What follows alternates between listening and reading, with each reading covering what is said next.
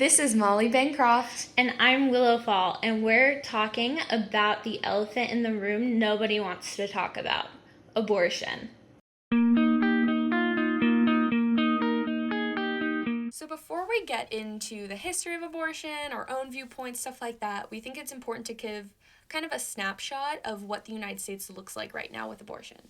So currently, about 11 states have near or total abortion bans, with some having exceptions for the safety of the mother's life. And recently, actually, North Dakota just reinstated their complete and total abortion ban.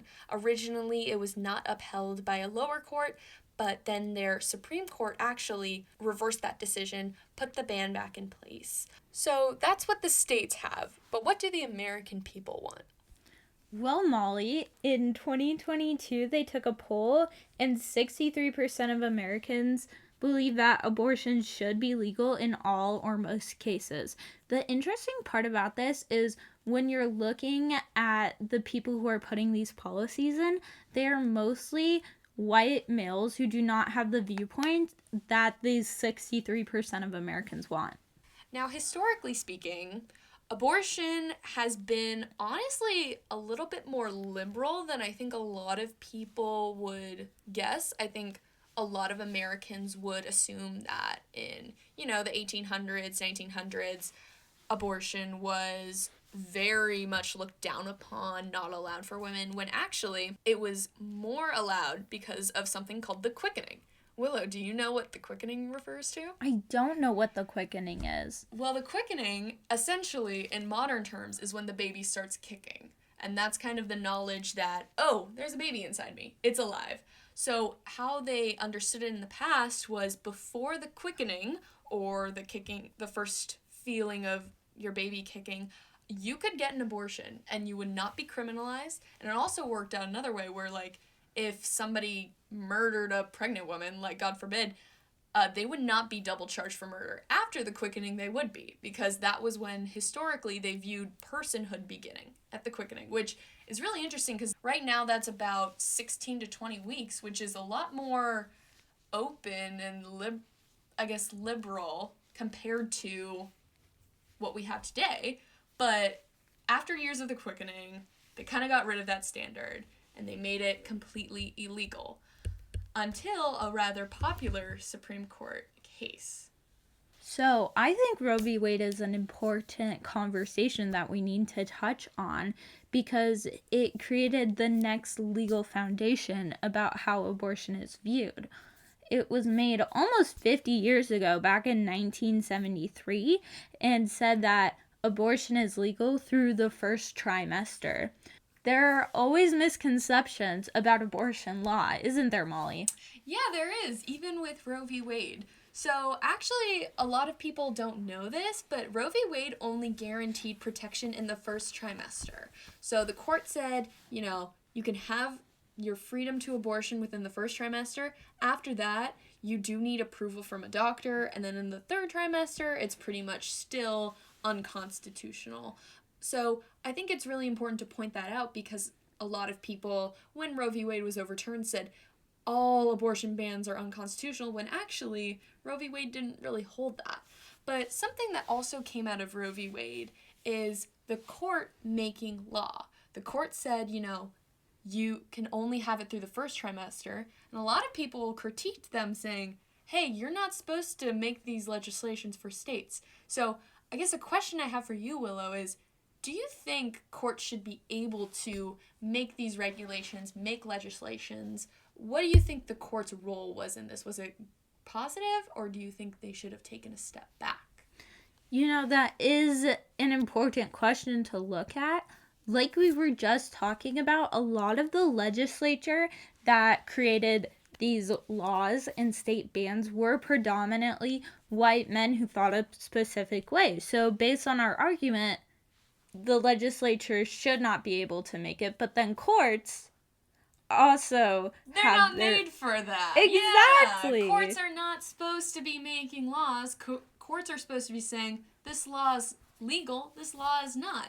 So I think the issue with Roe v. Wade that I think kind of spurred the overturning in Dobbs was it just was not as great of an opinion as a lot of people would say it was. I completely agree.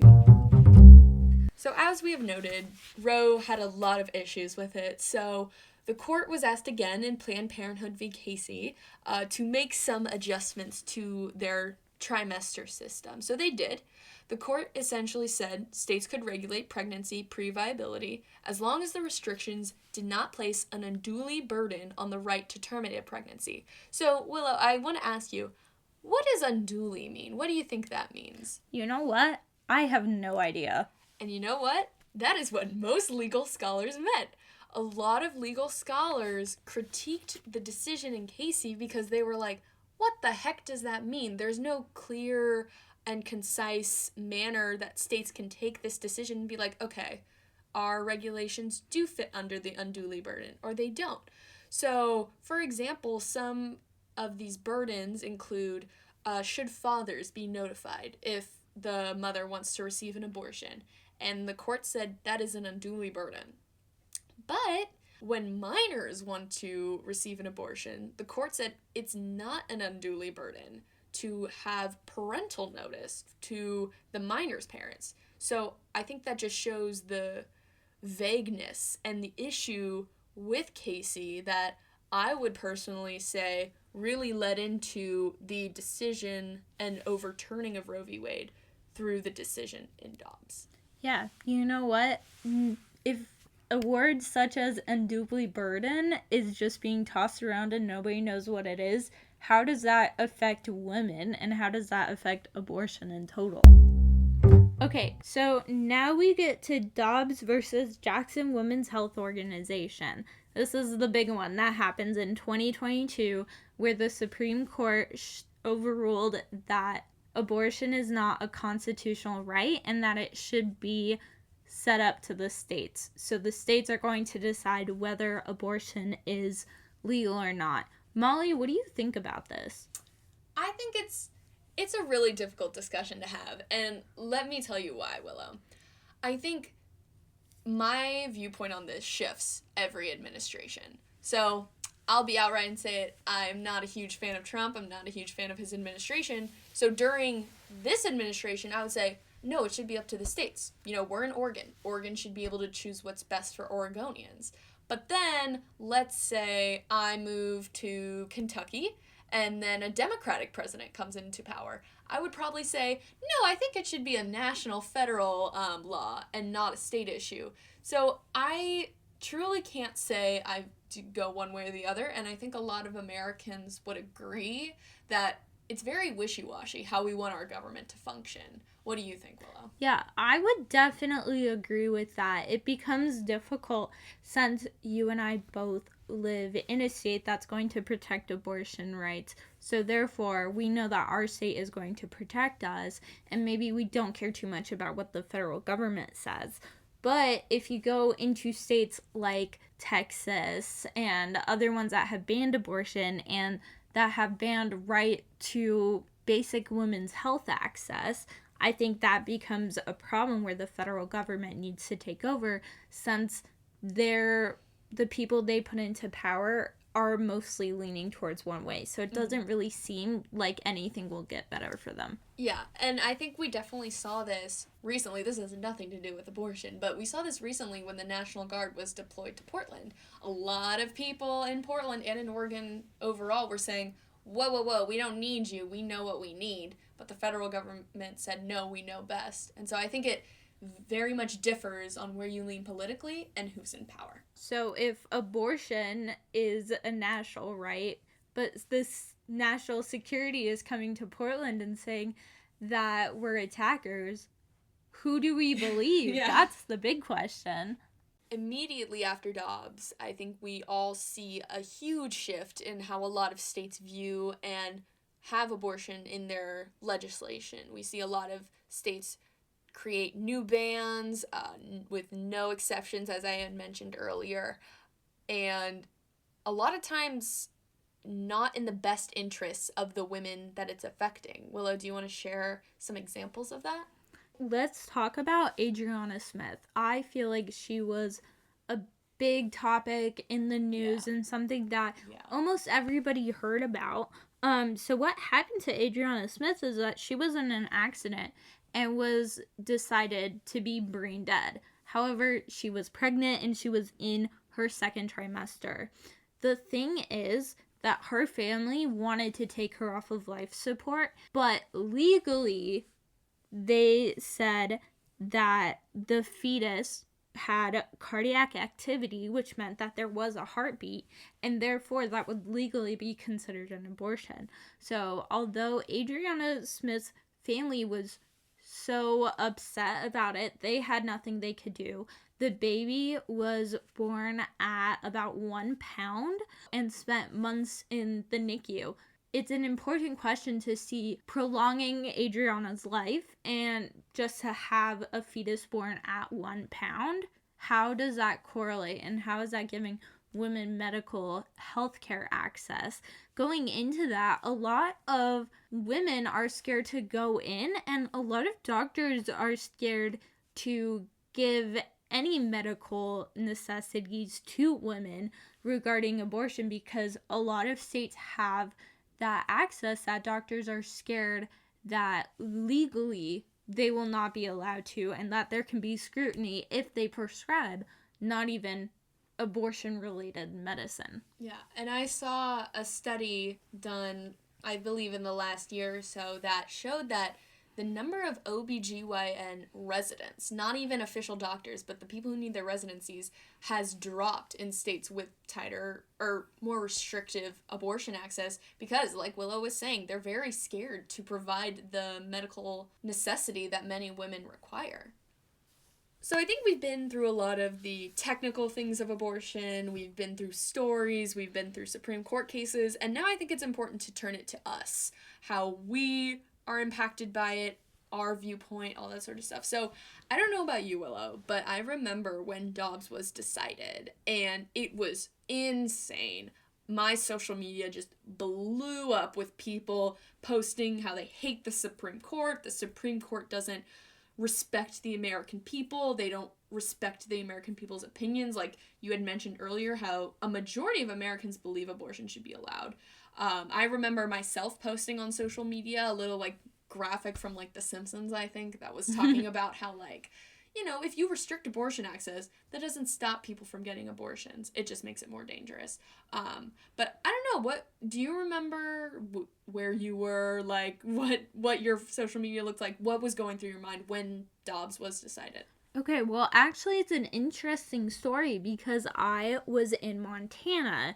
See, I grew up in Hawaii, but moved to Montana my sophomore year of high school, and I kind of saw those completely different opinions. Because I was in a mostly Republican state, I didn't feel like I could share anything on social media.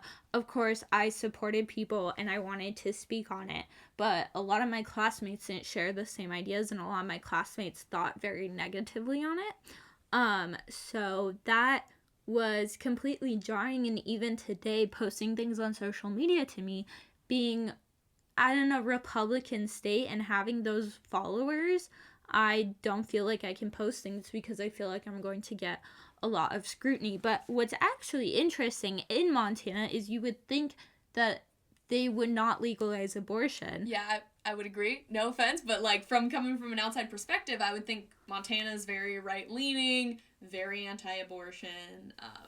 So I agree with that assessment. But actually, Montana has said that abortion is legal and will remain to be illegal. Whoa. And that's because even though they are a Republican state, one thing about Montana is you cannot tell them what to do. So all they want is protection of their guns and of their own bodily autonomy. And if that means that somebody wants to have an abortion, then good for them. And that's such a contrasting opinion because also, mind you, I grew up in Hawaii, a very blue-leaning state and a state that cares about these things. And I grew up going to protests where everything was love and shakas. Yeah. And so that was just such a contrasting opinion. But it's nice to know that between the two drastic states that I lived in, they are both supporting the legal right to an abortion.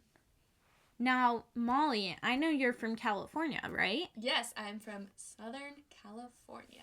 So I'm curious, what was that reaction in California and how did that state react? So, obviously, I feel like it's probably well known. California is very pro choice. From north to the south, we are a very pro choice state. But when Dobbs came out, this is actually really interesting. So, I grew up Catholic. I went to Catholic school my entire life, including university. And when Dobbs was decided, I kind of had a same feeling as Willow of, I personally am pro-choice, but a lot of people around me at school are very Catholic or just are following in their parents' footsteps, and we're actually like not as pro-choice as I thought. It was kind of weird. It's like, I'm thinking we're on the same page, woohoo, and then Dobbs comes out and I'm like, whoa, wait, what's happening? Like, people don't agree with me? Like, it was really interesting. My school, I will say, my high school, we were never really taught, like abortion is murder, you're going to hell, all that sort of stuff. That was never taught to us. However, there were some underlying things that we were taught in schools. Like, here's something crazy for you, Willow. At my school, in our handbook, if you got an abortion, you could have been suspended or expelled. And if Really? yeah, and if you assisted someone in getting an abortion, you could be suspended. You're kidding. No. And that's what's really interesting, because when I tell people that, they're always like, I thought you were from Southern California. I am. And I think the Southern California part of it also added to it, because I think if we were a Catholic school in Kentucky, it would be just expulsion, never come back, never show your face. So I think that is an important part of kind of everyone's view politically. Where you grow up, who you grow up around, I think really affects how you view politics. And I know there are people who, oh, I don't agree with my family's politics anymore, I've been kicked out, stuff like that. That does happen. But I think for the average person, we can see how our environments really affect our politics and our political beliefs. Yeah, and I think there is another aspect of just being women. Definitely. There's this whole thing, like, men won't understand exactly what we're going through, exactly what resources are given to us. So knowing that as women, they're not restricting men's health care, they're not restricting men's access, but it puts women who want abortions in a dangerous problem where maybe they're getting illegal abortions, maybe they're not getting access to care, and it is just really impacting and hurtful for me as a woman, and I'm sure you too, to see how these women are being affected when there isn't a single thing. Yeah. And there's two things I want to say about that. First being, I think a very big argumentative point that I like to make when I'm discussing abortion with a pro-life man is that, oh, what about forced vasectomies for men? Do you think that should be allowed?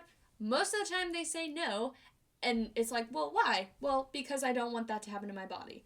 Well, like, do you see where you're going wrong with this? And the other point I wanted to make was, unfortunately, I think a lot of more recent times, we're seeing this not just with abortion, but a lot of other political issues that we've been going through, is people don't really care or don't want to protect these rights until it affects them. And I have a really big issue with that, because I don't think when you're voting you should be like, how does this affect me directly? Because I think we should be thinking as a collective. How does this protect, my neighbor or my best friend or my cousin, anyone like that? We shouldn't be thinking solely for ourselves. We should be thinking about the greater good of the United States, which I'm not trying to get on a soapbox, but I feel like that's what the founding fathers wanted. They wanted a collective. They didn't want individuals. But right. I think that's such a good point to bring up, and how we view politics, because it is so jarring to see you're either left or you're right and you believe this or you believe that, when we shouldn't associate with one party or another, but just think, what do we want? What do we make us better? yeah. So clearly we have not solved this national issue. 2 girls at University of Portland have not done that, not shockingly. But I think it's important what we did today and for us to continue having these conversations. It's important to keep talking about the right to an abortion, the right to medical care, because I think in the grand scheme of things, I think in 2022 after Dobbs, all the states changed their legislation, and personally, from what I'm seeing on the news, what I'm seeing on social media, kind of fell off a little. There's a lot of other political issues we have going on, unfortunately, and abortion has kind of fallen to the backside until it's brought back, but not in good news. More of the times in bad news of, oh, there's more restrictions. But I think it's important to have these discourses, discussions, whatever you want to call them. You know what? Because it happened 3 years ago, it may not be talked about as much, but women are struggling every single day and it's not being shown. So even though we have other issues to focus on, I think this needs to be a predominant question and something that we are fighting for, because obviously, like, it affects all women. It obviously affects us and our viewpoints. And I'm hoping it's affecting everybody else out there as well. And we hope this podcast has inspired you to get out there, make your voice heard, talk to the people around you. Yeah, thank you so much for listening. Thank you.